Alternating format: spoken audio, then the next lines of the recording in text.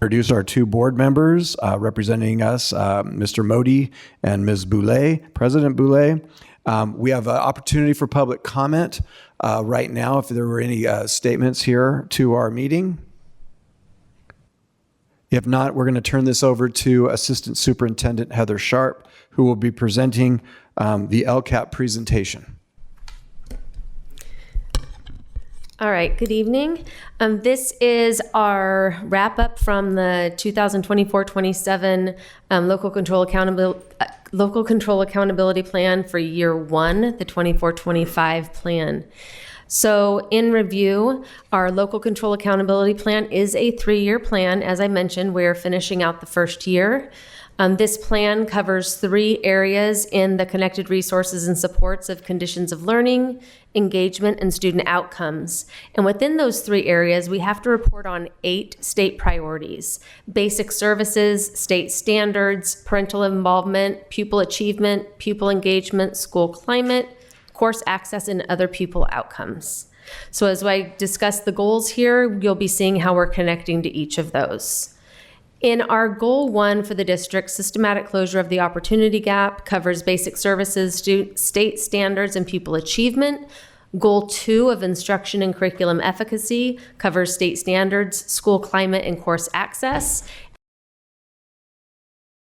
Stakeholder communication covers parental involvement, pupil engagement, and other pupil outcomes.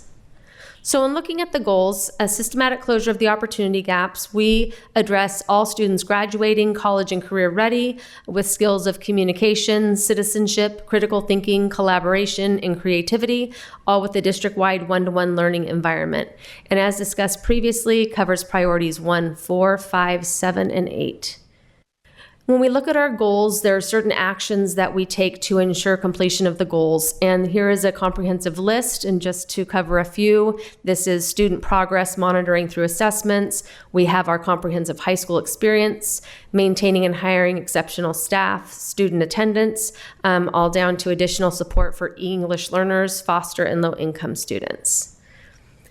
And to measure effectiveness of our actions, we have the metrics. So again, here's our list of metrics we use to cover, but just to call a few out, we have increasing the number of students with a 3.0 GPA or higher, and decreasing the number of students with D and F grades, our UC A to G completion, decreasing our dropout rate, and increasing the graduation rate. In Goal 2, instruction and curriculum efficacy, we address instructional leadership and teaching excellence in all classrooms with research-validated practices district-wide, and this covers priorities 1, 2, and 6. Actions we take to accomplish that goal: professional development for staff, focus on student and staff wellness, and providing 21st century learning experiences and content, just to name a few. And the metrics we use to measure those actions: implementing Common Core standards and professional development, such as our Project Lead the Way and Blended Learning Academies, decreasing suspension and expulsion rates, and other examples such as pupil access to standards aligned digital tools. And Goal 3, 21st century outcomes and stakeholder communication. Here we focus on high quality education, positive parent relationships, 21st century educational program with our rapidly expanding student population. Goal 3 covers priorities 3, 5, and 8. And actions we take to accomplish that goal: providing cutting edge technology, communications with parents and community, surveys, parent input and involvement, and parent participation of students with exceptional needs, English learners, foster, and low income. Metrics and reporting, or measuring and reporting metrics, we have parent and student staff surveys, engagement, involvement, participation of focus groups, and evaluating our district technology plan. So as I discussed at the beginning, Local Control Accountability Plan is a 3-year plan. We are wrapping up year 1 and preparing for year 2. When we look at our plan, we use a variety of data, but some primary focuses we look at are our academic data. Here you see 2023 CASP, and in 2024, we did go up in our proficiency in ELA and science with a slight dip in math of 0.8, so less than 1%. In knowing that, though, we look at our overall scores and how our subgroups are doing. So here on the left-hand side is overall state, county, and district in ELA proficiency. So district far out scoring state and county, but you can see over to the right how our subgroups are performing. So when we look at our Black African American, while the subgroup is performing less than our overall district score, they are outperforming overall state and overall county with 3% and 11%. Our Hispanic population is outperforming overall state and county with 6 and 14%. Socioeconomically disadvantaged is outperforming overall state and county with 4% and 12%, and white is outperforming overall state and county at 16% and 24% above. You can see the two left, the 28% with our English learners and the 20% of students with disabilities that we continue to support as well. So looking at math, the columns are the same. You have overall state, overall county, and overall Lammersville. And then you see our subgroups over to the right with Black African American outperforming overall state and county, English learners outperforming county, Hispanic outperforming overall state, overall county, and socioeconomically disadvantaged outperforming overall state, overall county, and our white population outperforming both state and county. With our students with disabilities, the one subgroup that is not outperforming overall.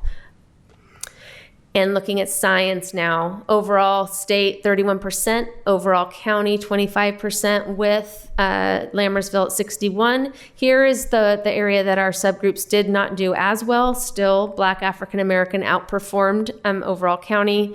Our Hispanic also continues to outperform state and overall county. Same with socioeconomically disadvantaged. And with white. And you can see our English learners did have a dip with science, as did our students with disabilities. So knowing this, these are areas that we focused on this year to support those students in gaining proficiency in these areas. So part of the LCAP is covering the budget and looking at our actuals, our budget to actuals over the year. So again, this is 23-24 budget to actuals. So there was a discrepancy between the budget and actuals. This was due to an increase in staffing that was not budgeted. There was a 4% raise. And then going along with the increase in staffing, we had an increase in programs and program costs. In Goal 2, we did have an increase in actual to budget. That'll get explained between Goal 2 and Goal 3. They even each other out somewhat. Our technology and sustainability and growth was paid for in Goal 2, budgeted in Goal 3, but I'll get to that. And then we put in a computer lab at the high school. So in Goal 3, you can see that the budget was higher than what was spent. And that's what I was explaining in Goal 2. So we budgeted for our technology in Goal 3, but we recorded the expenses in Goal 2. So you can see how there's those somewhat balance each other out.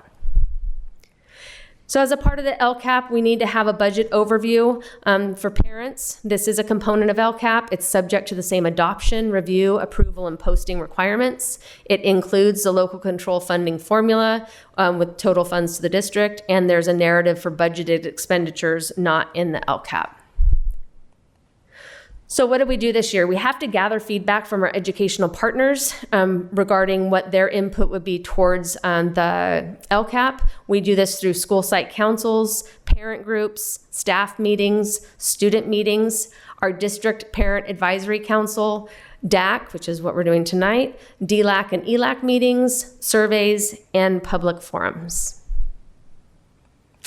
Any questions or feedback?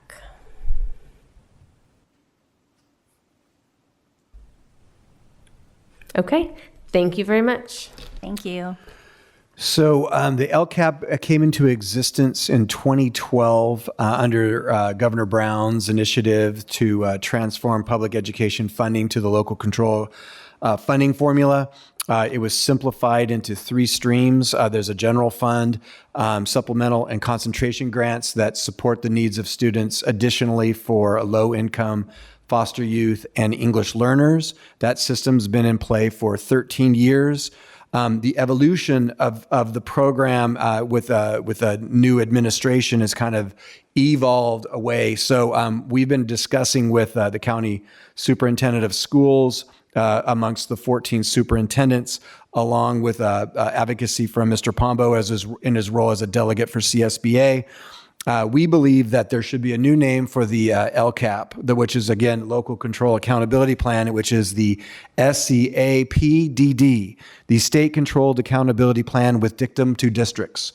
And so we would like to see a little bit less of Sacramento controlling strings like they used to, and more of local control. But with that said, we will conclude tonight's LCAP, or District Advisory Committee meeting.